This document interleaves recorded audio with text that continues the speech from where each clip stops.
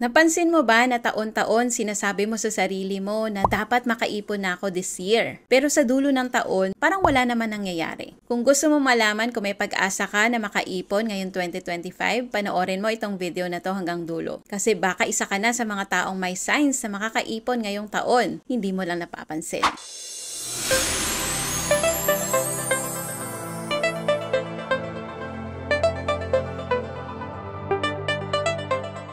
Sign number 1, may maliit ka nang naitatabi kahit papano. Ang ipon, hindi yan sa laki ng sinisimulan mo, kundi sa habit na dinedevelop mo. Halimbawa, kung mag-iipon ka ng 1,000 pesos per month, after 5 years, may 60,000 pesos ka na. At kung ilalagay mo itong naipon mo sa mutual fund or ibang investment, possible na mas lalaki pa yan. Ang importante, nasimulan mo na.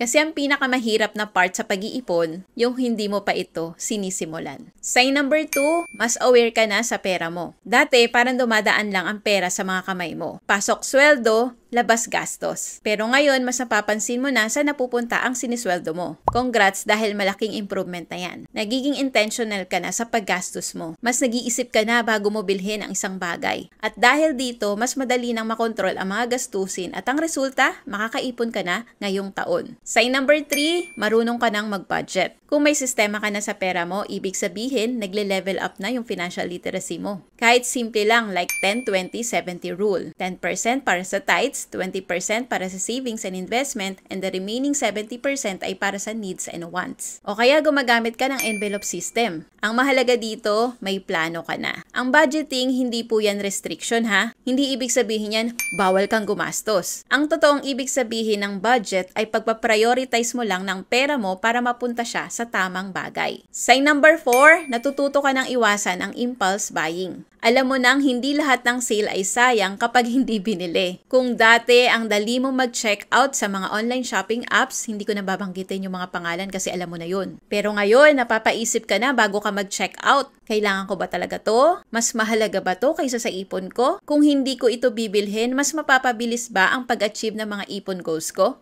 Dahil sa simpleng pagpapaliban ng mga hindi naman importanteng gastos, nakakatulong ka na agad sa sarili mong future. Sign number 5, mas naintindihan mo na yung concept ng pay yourself first. Dati ang iniisip mo lang, matira kung may matitira. Pero ngayon, ang mindset mo na, bago ko bayaran ng iba, unahin ko munang bayaran ang future ko. Ibig sabihin, bago ka gumastos sa mga wants or luho, sinisigurado mong may naitabi ka na sa savings at investments mo. Ito ang sekreto ng mga taong mabilis makapag-ipon. Hindi nila iniipon kung ano lang ang natira. Sila mismo ang nagpa-prioritize ng ipon at investments nila. Sign number 6, may extra income ka na o kung wala pa, may plano kang magkaroon nito. Kung na-realize mo na ang isang source of income ay hindi sapat, congratulations! Ibig sabihin, mas malayo na ang iniisip mo. Maraming paraan para madagdagan ang kita. Freelancing like online jobs, writing, VA work, small business like food, online selling, or offering services, investment like mutual funds, stocks, rental property. Matututunan mo yan sa IMG kaya I recommend na mag-join ka sa IMG. Side hustles like Grab, pag-tutor, or content creation. Kapag may extra income ka, mas mabilis kang makakaipon. Dahil hindi mo lang inaasa ang lahat sa isang sweldo. Sign number 7, mas iniisip mo na ang future kaysa sa YOLO or you only live once. Dati ito yung mindset mo, enjoy lang, bahala na si Batman bukas. Pero ngayon, naiisip mo na yung epekto ng mga financial decisions mo para sa future mo. Hindi ibig sabihin ha, na hindi ka na nag-e-enjoy sa buhay. Pero ngayon, mas binabalanse mo na. Naiintindihan mo na hindi mo kailangang gumastos para maging masaya. Alam mo na, ang totoong YOLO ay yung hindi mo ipapahamak ang future mo. Apir tayo dyan. Sign number 8, may pinag-iipunan kang malinaw na goal. Kapag may specific na goal, mas nagiging madali at masarap mag-ipon at mag-invest. Ano ba yung mga pinag-iipunan mo ngayon? Emergency fund, puhunan sa negosyo,